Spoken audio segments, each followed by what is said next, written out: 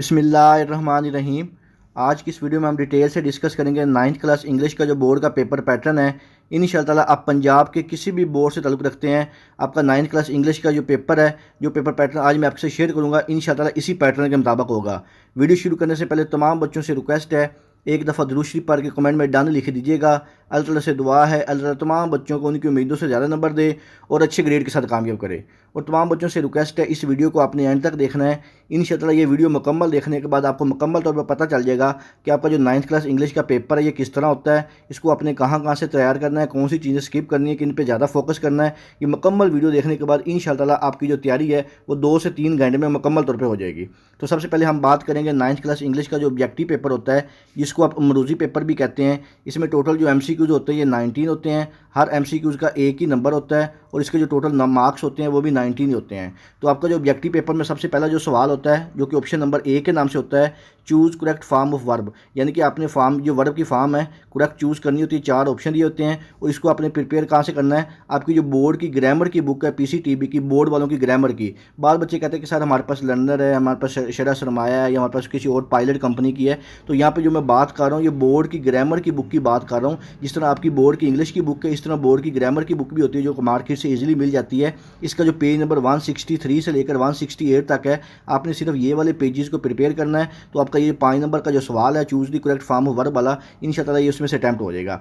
इसके बाद नेक्स्ट आपका जो क्वेश्चन होता है ऑब्जेक्टिव पेपर में, B ऑप्शन के नाम से word of correct spelling synonyms होते हैं, यानी कि सिनोनिम्स भी होते हैं, इसमें करेक्ट स्पेलिंग आपने लगाने होते हैं। यानी कि आपके पास 4 ऑप्शन दिए होते हैं, इन चारों में से जिसके स्पेलिंग जो होते हैं वो करेक्ट होते हैं, उसके मुताबिक आपने बबल फिल करना होता है और इसके जो नंबर होते हैं ये 4 होते हैं। इसके बाद C ऑप्शन होता है आपका इंग्लिश के पेपर में, ऑब्जेक्टिव पेपर में, करेक्ट मीनिंग सिनोनिम्स एंटोनिम्स, यानी कि आपके पास एक लफ्ज़ दिया होता है, उसका आपने सिनोनिम बताना होता है और एंटोनिम बताना होता है और इसके जो नंबर होते हैं ये 5 होते हैं और ये आपने अपनी बुक से करना होता है जो इंग्लिश की आपकी बुक होती है। इसके बाद लास्ट जो पार्ट होता है ऑब्जेक्टिव पेपर में, choose the correct according to the grammar of from the text book, यानी कि आपकी जो बोर्ड की ग्रामर है वो वाली नहीं, जो आपकी इंग्लिश की बुक है, टेक्स्ट बुक जो है, वहाँ से आपने जो करेक्ट फॉर्म ऑफ ग्रामर के लिहाज से आपने उसको चूज़ करना होता है। और ये वाले जो MCQs होते हैं ये आपके पास टोटल 5 होते हैं। ये आपने जो आपकी बुक है टेक्स्ट बुक वहाँ से करने हैं और ये जो सिनोनिम्स एंटोनिम्स हैं ये भी आपने टेक्स्ट बुक से ही करने हैं और बाकी जो आपके ये स्पेलिंग होते हैं ये भी टेक्स्ट बुक से करने हैं। बोर्ड की ग्रामर से जो आपने ऑब्जेक्टिव करनी है वो 163 से लेकर 168 तक करनी है, जिसमें आपने correct form of the verb लगाना होती है। ये जो करेक्ट ऑप्शन होता है ये भी ग्रामर के लिहाज से होता है, ईजी से ऑप्शन होते हैं, ये आप देख लीजिएगा। इंशाल्लाह इन्हीं को देखने के बाद आपके जो ऑब्जेक्टिव पेपर के 19 MCQs हैं इसी से अटैम्प्ट हो जाएंगे। इसके बाद हम डिटेल से बात करते हैं आपका जो 9th क्लास इंग्लिश का सब्जेक्टिव पेपर होता है। सब्जेक्टिव पेपर में आपके पास सबसे पहला जो सवाल होता है ये सवाल नंबर 2 के नाम से होता है, जो कि शॉर्ट क्वेश्चन पर मुश्तमिल होता है। इसमें टोटल जो सवाल होते हैं वो 8 होते हैं। 8 में से आपने अपनी मर्जी से 5 सवालों के जवाब देने होते हैं।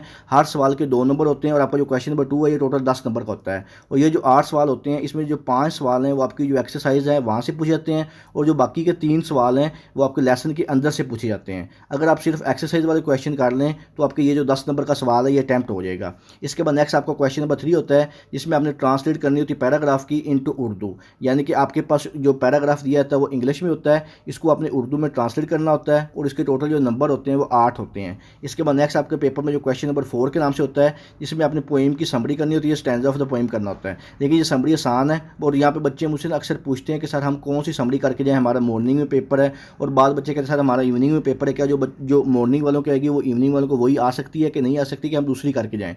तो यहाँ से आपसे एक बड़ी ही आज जानना रिक्वेस्ट है कि ये जो समरी वाला सवाल है आपका 5 नंबर का, सिर्फ 2 ही समरी है आपके सिलेबस में और आपने ये दोनों करके जानी है। आपने कोई भी समरी किसी हाल में भी स्किप नहीं करनी। ये 5 नंबर का सवाल है, आपने इसको किसी सूरत में स्किप नहीं करना। अगर मॉर्निंग वालों को पहली समरी आई है तो इसका मतलब ये नहीं है कि जो इवनिंग वाले उनको दूसरी आएगी। बाज़ दफ़ा ऐसे होता है अगर मॉर्निंग वालों को पहली आई है तो इवनिंग वालों को भी पहली आती है, मॉर्निंग वालों को दूसरी आई तो इवनिंग वालों को भी दूसरी आती है। तो ये कन्फर्म नहीं है, तो आपने कभी भी इस चीज़ पर नहीं जाना। जो समरी है ये आपसे रिक्वेस्ट है कि आपने दोनों जो समरी है वो करके जानी हो। ये 5 नंबर आपने कन्फर्म इंशाल्लाह करने हैं। इसके बाद नेक्स्ट आपके पेपर में जो क्वेश्चन नंबर 5 होता है, यूज़ वर्ड्स इडियम्स होते हैं, यानी कि आपने सेंटेंसेस बनाने होते हैं। टोटल 8 होते हैं। 8 में से आपने कोई से 5 को सेंटेंस यानी कि उनके जुमले बनाने होते हैं इंग्लिश में, हर का 1 नंबर होता है और ये वाला जो सवाल है ये आपका 5 नंबर का होता है। इसके बाद नेक्स्ट आपका क्वेश्चन नंबर 6 होता है, इस पर आपके पास चॉइस होती है, या लेटर करना होता है, या स्टोरी करनी होती है, या डायलॉग करना होता है। तो सबसे बेहतर जो ऑप्शन है कि वो लेटर कर लें। इसका मतलब एक ये है कि लेटर में आपको एक तो नंबर अच्छे मिल जाते हैं, नंबर काटने के काम में, और इसमें ये कि मतलब आसानी से लिख भी लेता है कोई भी लेटर, तो थोड़े से आपके सिलेबस में लेटर है। स्टोरी में नंबर आने के चांसेस बहुत कम होते हैं और डायलॉग में वैसे ही बहुत कम होते हैं। होते हैं। तो सबसे बेस्ट ऑप्शन लेटर वाला है, ये आपने आपकी बोर्ड की ग्रामर की बुक से करने हैं और इसके जो नंबर होते हैं टोटल 8 नंबर होते हैं। क्वेश्चन नंबर 6 के आपके लेटर के टोटल 8 नंबर है और आप कोशिश करें कि लेटर या स्टोरी इन दोनों में किसी को फोकस करें, लेकिन ज़्यादा जो मैं ये आपको रिकमेंड करूँगा कि आप लेटर करके जाएँ। इसके बाद नेक्स्ट आपका जो क्वेश्चन नंबर 7 होता है 9th क्लास इंग्लिश के पेपर में, जो कि कंप्रीहेंशन वाला होता है। आपको एक पैराग्राफ दिया जाता है, आपने उस पैराग्राफ को देख के आपने जो सोल्व करना होता है ग्रामर की एक्सरसाइज, वहाँ से करना होता है, कंप्रीहेंशन के लिहाज से करना होता है।